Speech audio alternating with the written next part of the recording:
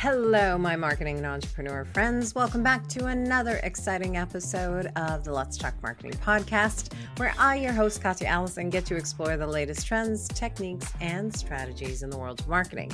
And in today's episode, I have the pleasure of sitting with Katie Cabanas, the founder of Cabanas Consulting and a recognized expert in branding, marketing, and community building. She brings with her years of experience with top brands like AT&T and Coca-Cola and more. She also has a knack for creating strategies that deeply connect people to brands and causes, helping businesses really make these lasting impacts. And in this episode, we go deep on the importance of how to build a strong brand identity and how that aligns with building a corporate strategy. But don't worry, this isn't all about corporate strategy, so don't let that scare you off. She drops knowledge bombs on how to connect with your target audience in meaningful ways and why understanding and defining your brand's message is critical. And dare I say, one of the most critical things to do in order to drive engagement and foster growth. We also get into building communities around your brand, fostering brand advocacy, and why community-driven marketing is a game changer for long-term success. Whether you're working with a startup or part of a well-established brand and company, the insights shared will help you elevate your marketing efforts. So grab your favorite beverage, sit back, and let's dive into it. Let's talk marketing. Katie, welcome to the Let's Talk Marketing podcast. I'm very excited to have you on here today because we are going to be talking about community and how we integrate that with corporate strategy. But community is something that I hold close to my heart, and it is one of my favorite parts of marketing. So welcome. Katya, thank you so much for having me. I'm delighted to be here and chat with you today. Absolutely. Okay, so let's dive into having my listeners get a better understanding of who you are. I have my standard questions, very simple, nothing to be afraid of. The first one is, what was your first marketing role? Whether you considered it, whether it has marketing in the title or it doesn't, what would you consider your first marketing role? Sure. Well, really, it was honestly, I think I worked retail in high school. And Yeah. I realized that how you greet people, and this was, they don't even have these anymore. So, but this idea of a small regional chain of stores, and it was kind of like a mini department store. And I worked the floor and I worked the cash register and I had to sell. And it was great experience because I think about customer service. Mhm. Did well, the brands that didn't. And I think that was really my first foray at an early age into marketing. Oh, I love that you brought that example and that was your first one. And this is part of the reason that I love to ask this question because it's not always the role that says marketing in it that we consider that. And right away, that's already told me how you view marketing, right? Very customer centric, as it should be, right? It's a personable approach. So I love that. Now, that was your past. Let's talk about your present. What do you currently do? Sure, sure. Well, my background has been in more traditional, not retail sales, although we both agree that that has a marketing bent to it. But working in branding and marketing for the past many years and working for an international agency. I also lived abroad. And then from there, I did external affairs at a university, which is essentially a lot of sales, fundraising, which of course is marketing in the higher education world. And from there, Yes. worked for a professional athlete and helped with his branding marketing. And 7 years ago, I started my own firm because I loved the idea that I had the opportunity by having my own consultancy to take strategy for companies and some individuals as well, and really zero in on the strategy and the execution based upon what the client's needs were. Sometimes Mhm. clients needed the strategy and then they could execute, or sometimes they needed the whole shoot and match. And so, Katya, I love the idea that I can work with my clients to identify their specific needs and then execute. I love that. Now, you've already given us a taste of what it is that you love by saying that. But with the good comes the bad. What, if anything, if I had my magic wand, could I pluck out of your day to day to make it just absolutely perfect or even better? Well, I love that question. And what I would say is, um, I have my MBA, but I'm not going to be your accountant. I've taken accounting. I'm not going to be the one that you're going to go to and talk tax strategy. So, do I love that? Probably not going to be on my first 10 things about what I like, Katya, and what I do as far as the accounting, tax strategy, et cetera, of having my business. However, what I do appreciate is that doing it for myself and then working with larger clients, it's critically important. And so understanding the full facet of all the things that it takes to run a business is really a great opportunity because, for example, as it relates to marketing, I work with my clients to say, talk to me about your current revenue streams and Hmm. understanding where their revenue is coming from instead of designing a campaign around a shiny product or service. That's not driving revenue, or that's not where they want their revenue to go in the next 12 to 24 months. Then that needs to be a big piece of the plan. And so Yeah. say the finance side, the accounting side, all of that, it really does work together. So I don't love the bookkeeping to answer your question, but really being very clear on all facets of the business gives you, I think it helps me serve my clients better. I couldn't agree with you more. And I actually personally love that you turned what would be a negative answer into a positive. You're like, I may not love it, but this is how it serves its purpose and what I actually do love to do, right? Which I think that's a really great way to look at really just life in general, but especially in marketing, because there are a lot of pieces that you're not always going to love, but there's a purpose behind all of that. Now, speaking of marketing, I feel like we always have to stay so up to date with the trends and be on the know of what's happening with Google, with ads, with print, with out of home, all of the things. I'd love to better understand, how are you staying up to date with the trends? Is there a key opinion leader, a newsletter, a podcast, a book?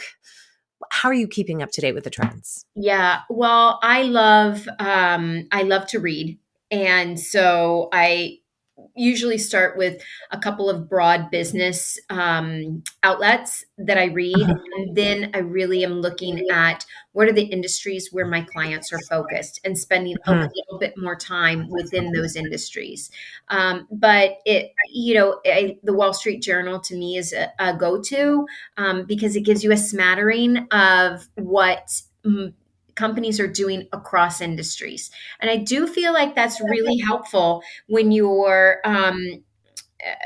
thinking about that. And I think that goes back to early in my career when I worked at a PR agency. Everybody had a beat, and Mhm. so even if, let's say, for example, I wasn't working on the AstraZeneca account and somebody Mhm. else was, if I saw an article on one of the publications that I was focused on, I said, "Oh, hey, I'm really dating myself here, paper." Um, uh, Flagging that article for my colleague who was lead on that account. Mhm. And then, or even seeing if there was a small article, governmental article that would impact one of their thought leaders and what they were going to be talking about. And so it gave me a chance to really think about how an article about business or an article about government policy would affect a variety of clients. And so that experience is one that I've taken forward in my own client work. Fast forward all these years later, that I have my own consulting practice. And so I really enjoy the broad news. I love the journal, and then looking within the verticals for a couple of publications that focus, or even blogs, Yeah. focus on those particular industries.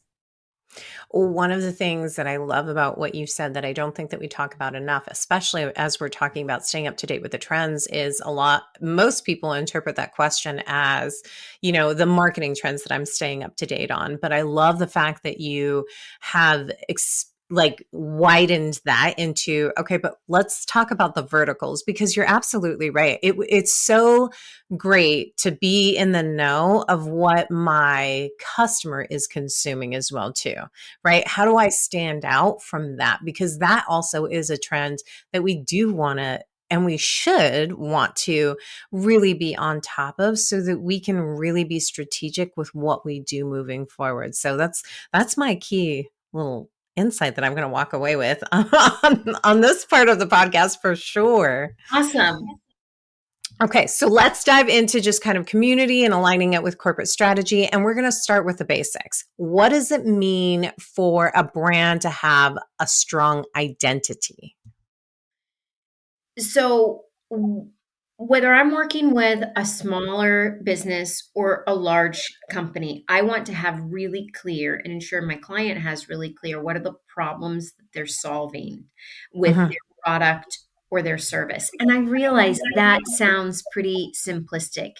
But at the end of the day, if you can understand the problems that are being solved by your product or service, that is going to help you identify your primary target audience.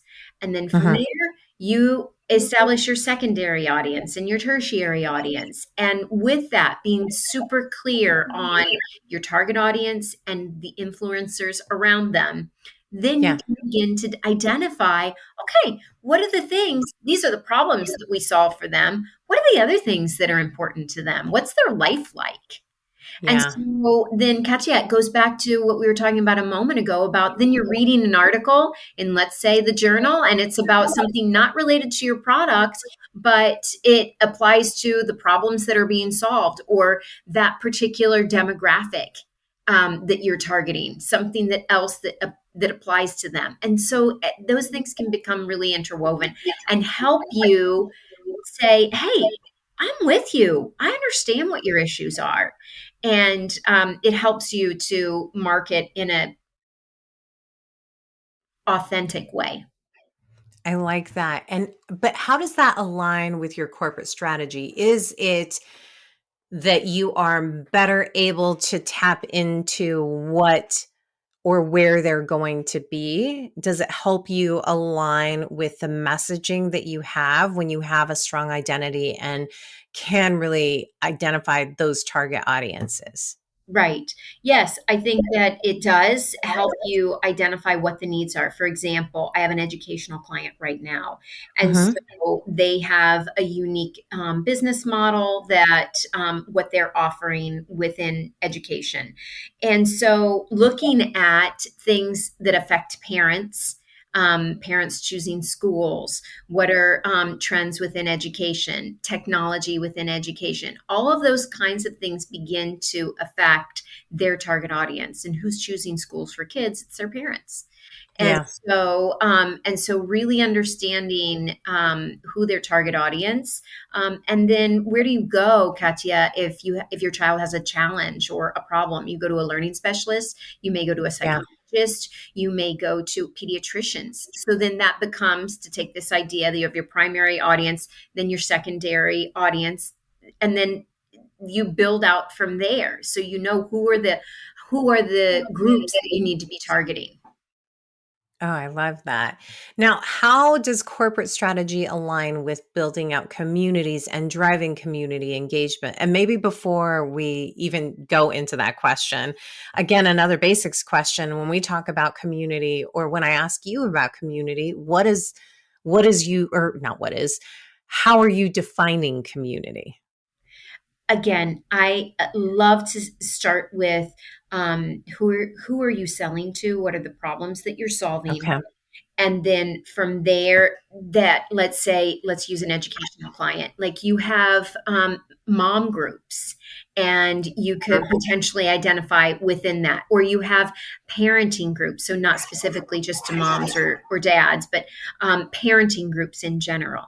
And so when you really begin to understand who's buying this product and who's influencing the people who buy, then you say, okay, we want to go and talk to those kinds of people. And then you say, then you can, it really helps you to identify how you're going to make your marketing mix. Um, Yeah. by building community. And by building community, it might be you might have an online strategy. You might also have print and work closely with your, traditional communications kinds of activities. You might also have separate and apart from that a newsletter, et cetera. You get the idea what the mix could be. Yeah. Yeah, absolutely. What I'm hearing is that the way that you interpret community is, and the distinction is important because I think that a lot of times people mix it up with like my outside community, right? Like how I, as a brand, am engaging with the community around me versus the community that I'm talking about, which is who I'm serving, right? My target audience.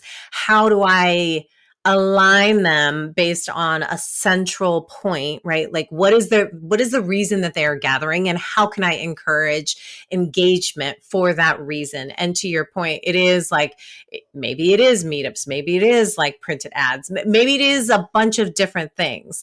I'd love to hear your thoughts on like ways that a brand can foster community or build community. Yeah, I guess it's not that I want to know that. I want to know, how do I even get started in building that community? If I know my target audience, but just because I know that they all have a similar problem or a similar, that Venn diagram of things that they are all alike doesn't mean that they're going to gather for things. So So how do you make that leap? Yeah. So, Katya, I love that question. And one of the things that I have been talking to my clients, and especially we're taping this at the beginning of a new year right now. And so we Mhm. had this conversation with a lot of my clients at the end of the year last year, is saying, how are you going to take stock in what you did and what you did well for your clients? And we have the opportunity in a variety of ways to do our own market research. And that doesn't have to Yeah. be oh so formal. It can be Yeah. look at your social media strategy. How often do you put a poll on your social media? And then Mhm. the analytics on what comes back. That's something you could do today. Let's Yes. separate and apart from that. Maybe you want to do a survey with your people who stay on your website. If you're monitoring, staying on your website, but their products they're ultimately not purchasing. What might be a survey that you could do with those kinds of folks? What about the people who are making the purchase? How can you say, what are we doing well? What do you want us to do better? And so Mhm. it gives you a really quick read when you're asking people. Ask for the feedback. Yes. Powerful. Because feedback is neutral and they're going to give you their perspective, and you're going to put it in your mix and try and understand. But when you Mhm. ask for the feedback, then you can begin back to your question. Then you can begin to say, okay, maybe I need to tweak this a little bit. I have one client in the health and wellness business, and she had to begin to adjust some of her offerings that she was doing within her community. And instead of doing a paid community, she cycled off the paid community and then did other kinds of events because she didn't have the engagement that she wanted. And some quick and easy survey kinds of questions helped her make that decision and feel really good about making that decision. She had a great year last year. What I love that you articulated is that it doesn't have to be complicated, right? It is as simple as asking a question at a certain time that is consistent, that is going to give you the feedback to really help determine the best type of community and also help drive the engagement of that community with that information that it is Yeah, that they're providing, right? right. I love that so much. Now, when you are building it around a brand, I think this is the part that's also very close to my heart, right? I feel so strongly about community, and I think that as a brand, when that community aligns with your core values, it just increases your brand equity in my opinion, right? Because like-minded values, your audience grows, and that's ultimately what people want to be able to see. But sometimes it can be a challenge to quote unquote sell the idea of community to executive leadership, right? So what is your advice for aligning or putting effort into nourishing a community with executive leadership who's looking at like, oh, this is our business goals. We all want leads. What is this community? It all community almost seems like a little soft, I guess, for lack of a better word, Well, versus like a true right. marketing initiative of lead generation. Well, it's that's a great question, and I think that you tailor your audience based upon the individual who's asking it, and so Yeah. based upon that, the way that you're asking that question for, it's a hypothetical.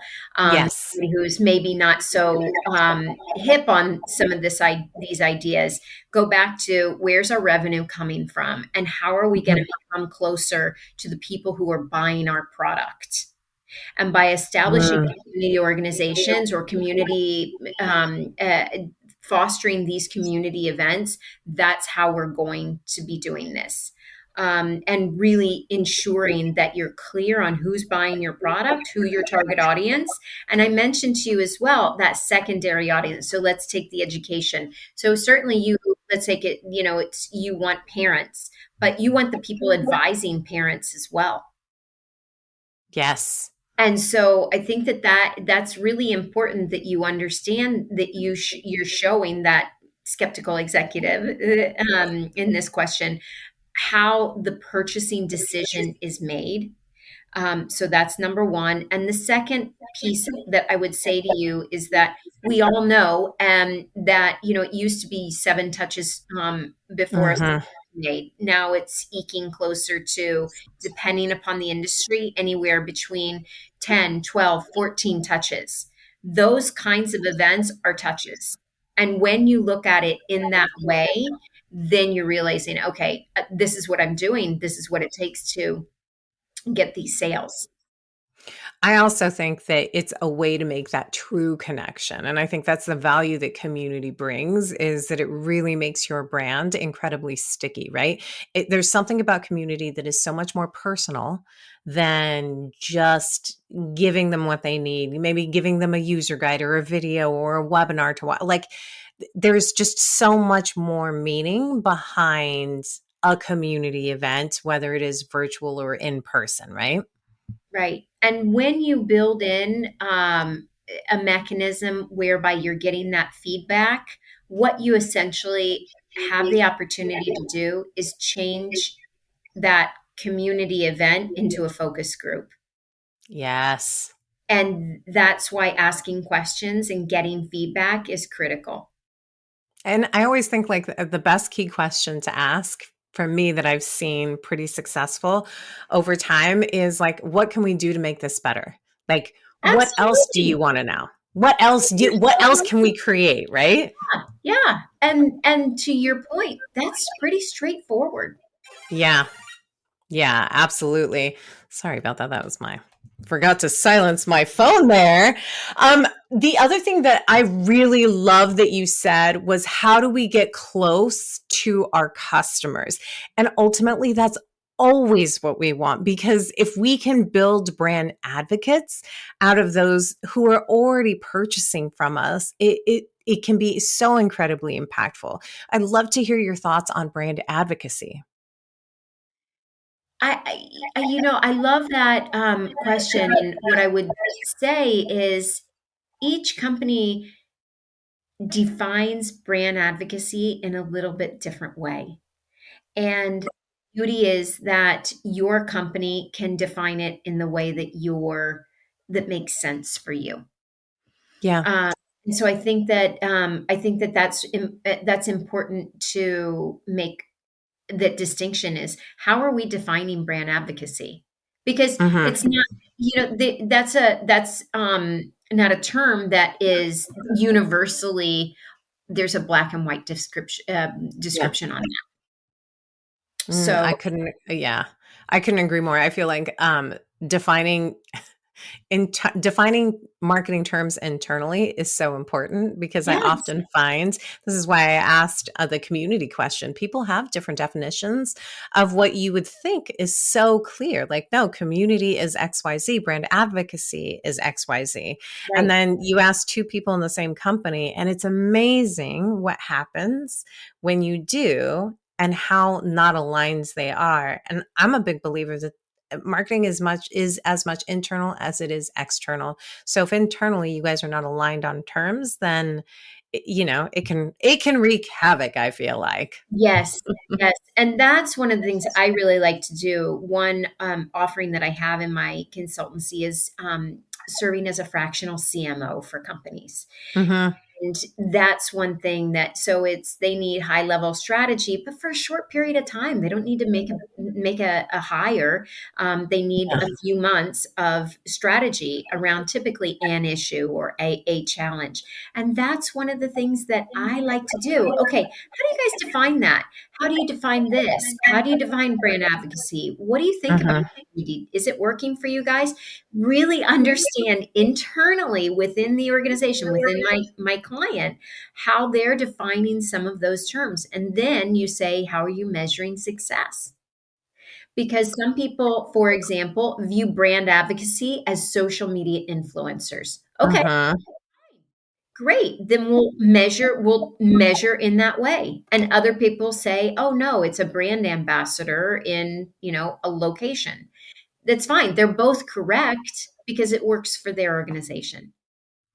Well, and clearly defining those terms, that's a great example, by the way. I love that because those are two very true responses, but the strategy is slightly different. Yes. And I want to kind of unpack a little bit of corporate strategy versus non-corporate strategy. I don't know what the inverse of corporate strategy is, but I know that I've worked with a lot of startups and a lot of small businesses. And when they hear corporate strategy, seems so structured, seems almost a little stuffy and like, I'm not that big guy. I don't need that. I need this.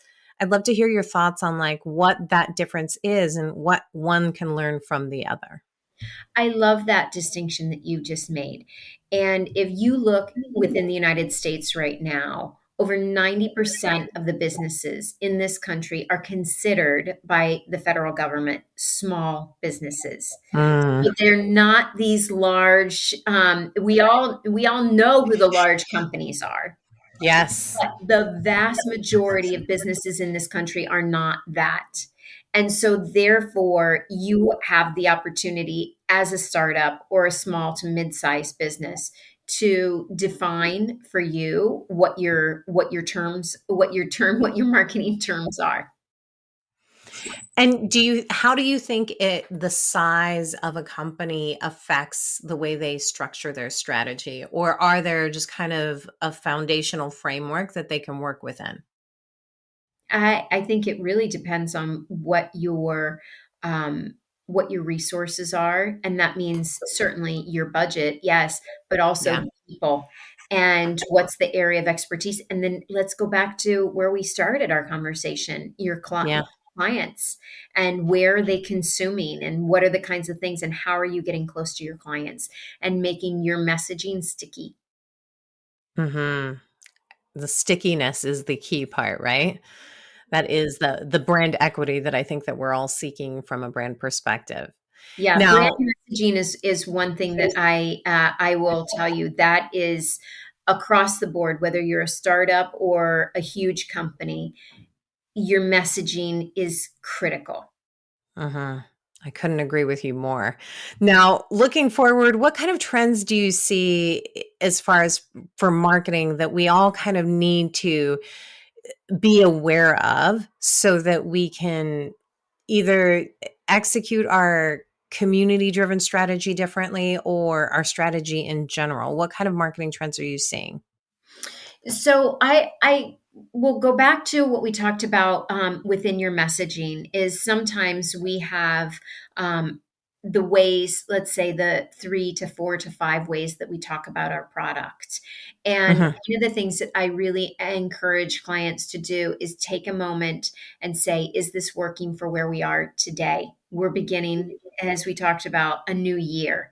This is a great point to say, what did well over the past year and what didn't do as well. Okay. Then from that, you say, what were the messages that we used in those particular campaigns? Yeah. Look at your messaging. And I think that is perhaps not a trend, but absolutely a best practice. And it's a Yes. great way to start your year. And it's a great thing if you're mid-year and you're having a dip in sales. Yeah. Ask yourself, okay, wait a minute, let's take stock. And so that's one thing that I'm doing. I'm in the process of doing with my clients right now. Yeah, well, it's the beginning of 2025. This is the best time to do it, right? And Yes. and I like what you said. It is not necessarily a trend, but it should be a trend because it is a best practice. Like it should be a constant feedback loop of Yes. what it is that you're doing, right? What went well, what didn't go well, and more importantly, if it didn't go well, why didn't it go well? Can we double click on that to figure out how we can make it work? Because sometimes it can be a small thing, but if you don't take the time to really evaluate and take a look at unpack it, then you never know. You chalk it up as oh, that's a loss, but there could be some wins in there. Mm-hmm. Well, Absolutely. this has been an amazing conversation. I have one final question for you. And that question is, if you knew then what you know now, what is the marketing or non-marketing advice that you give to yourself? I love this question. I love that you asked this one. And Katya, what I would say is all the experiences count. Mm, And sometimes, especially for perhaps some of your listeners who are earlier in the earlier stages of their career, they're like, oh, there's a right decision and a wrong decision. hmm. And I know I felt that way. And then Yeah. I realized now with a little bit more more in hindsight and a little more experiences, okay, wait a minute, that wasn't the best, but boy, did I learn from that. And what did I learn? Yeah. And then you take what you learned and you apply it to the next and to the next experience. And like, oh, wait a minute, I had I had a funny feeling and I didn't listen to that. Yeah. Sure enough, that there was something there. So those are kinds of things. So all the experiences matter and they're meaningful. And so take the pressure off and tell yourself, oh, learning from this. Absolutely. I couldn't think of a better way to end and wrap up the podcast. It is giving yourself grace and really truly finding the silver lining in everything and every experience that you have and do. Thank you so much, Katie, for coming on here and just sharing your insights. Katya, thank you for having me. It's been fun. Yes. Welcome back. And I am ready to dive into my key takeaways. The first key takeaway is community at the core. Think of community engagement like being part of a vibrant neighborhood block party. It's not just about fun, it's about strengthening bonds. And when we weave community efforts into our business strategies, it's like inviting customers into our family. This connection deeply enhances brand loyalty and integrates seamlessly with your company goals. Now, tying it back to your business means aligning community initiatives, AKA the block party, directly with your company goals. You want the community to all be part of the neighborhood watch, right? On your block party example, or in the block party example, it would be the equivalent of wanting everybody to join the neighborhood watch party. Or you want them to invest in a new product that will add value. And that's the business side of it, right? So, this is how community can powerfully impact your brand's identity and deepen customer loyalty. Imagine weaving these efforts into the very fabric of your corporate objectives.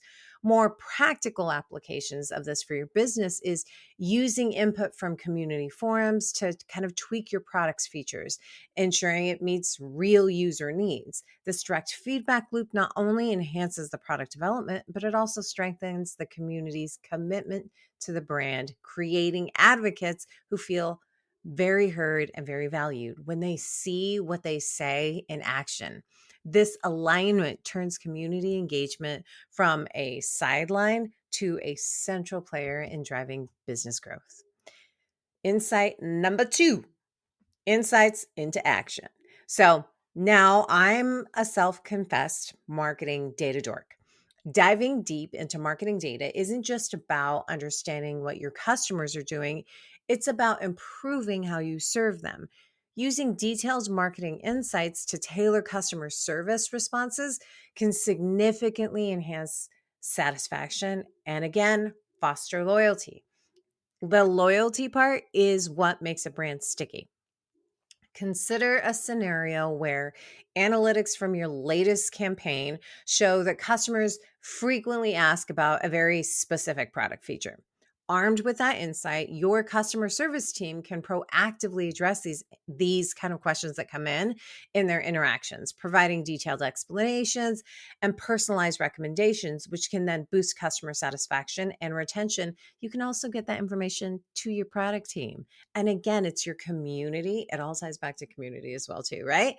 It's your community voicing what it is that they love or don't love about your product. Customer interactions can give you a golden nugget of information. When you dive into marketing data, it's like mining for gold. Each insight helps us serve our customers better, turning routine service into exceptional experiences. And my final key takeaway for today, key takeaway number 3, meeting your bottom line with marketing. Now, effective marketing doesn't just captivate, it converts. It makes sense into sense. So CENTS, sense, get it? It's a little play on words. Probably easier if you see it on the screen. Anyways, bygones. Aligning your marketing strategies with your financial goals means every campaign is a step towards the higher revenue. It's about crafting marketing initiatives that do more than attract. They actively contribute to the bottom line. Think of your marketing budget like seeds in a garden. You're not just scattering them randomly. You're planting them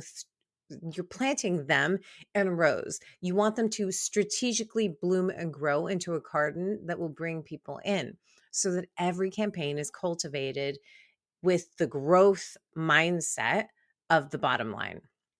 Now, this strategic approach ensures that the marketing investments are not only measurable, but they're also tied to revenue outcomes.